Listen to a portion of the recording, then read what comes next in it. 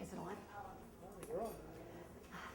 So my husband's friend calls from Michigan, and he says, hey, Jim, we're going to take a whirlwind car trip through the Northeast, and we want to meet you in New York for, said, Friday and Saturday. Do you want to go? He's like, absolutely, sounds great. And he does what any good husband would do, talk to my wife, Renee. Great, thanks. Now I'm in charge.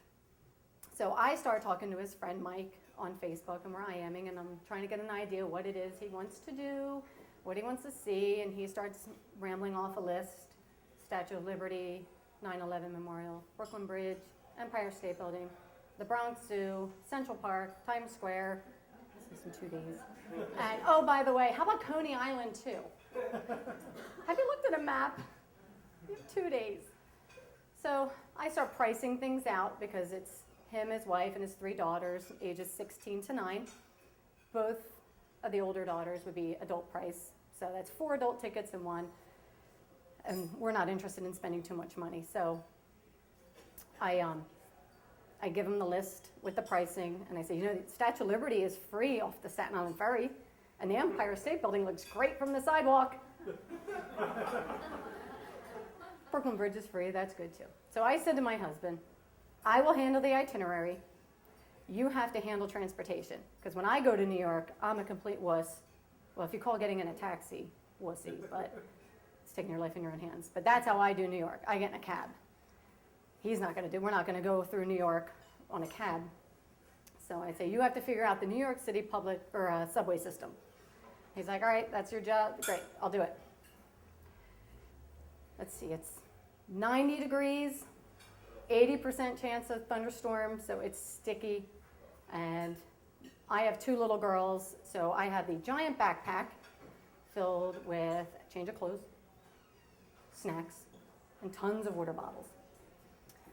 And we are doing our tours thing, and we decide to get on the subway, and all I'm doing is counting every time we get onto the subway and every time we get off.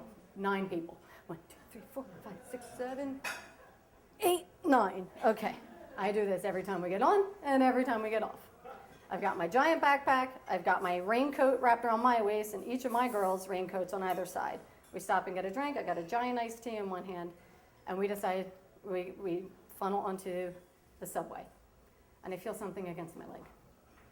And I look down, and that is not a hand I recognize. Doesn't match anybody I'm with. So I do what any good mama too would do. I smack his hand, and I say, you stop that! And I turn around and I look at the man.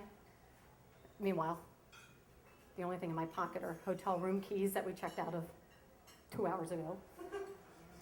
Get that. And I stare at him because I'm afraid, 95% chance the man's nonviolent, but the 5% chance if he's going to pull out a knife and stab me, it'll be me. He'll do it to me. So I stare at him. And inside I'm going, get off this train, get off the train, get off the train. And I'm trying to give him my best mean look. Nobody around me has any idea what's going on because I don't want to make a ruckus in case he doesn't want to be called out as a thief. And just as the doors close, he takes off. I go, oh, thank God.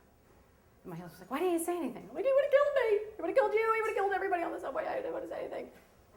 So don't try and pickpocket me on the New York City subway system. Because this ball mama, too, will smack your hand. Because she deserves some respect.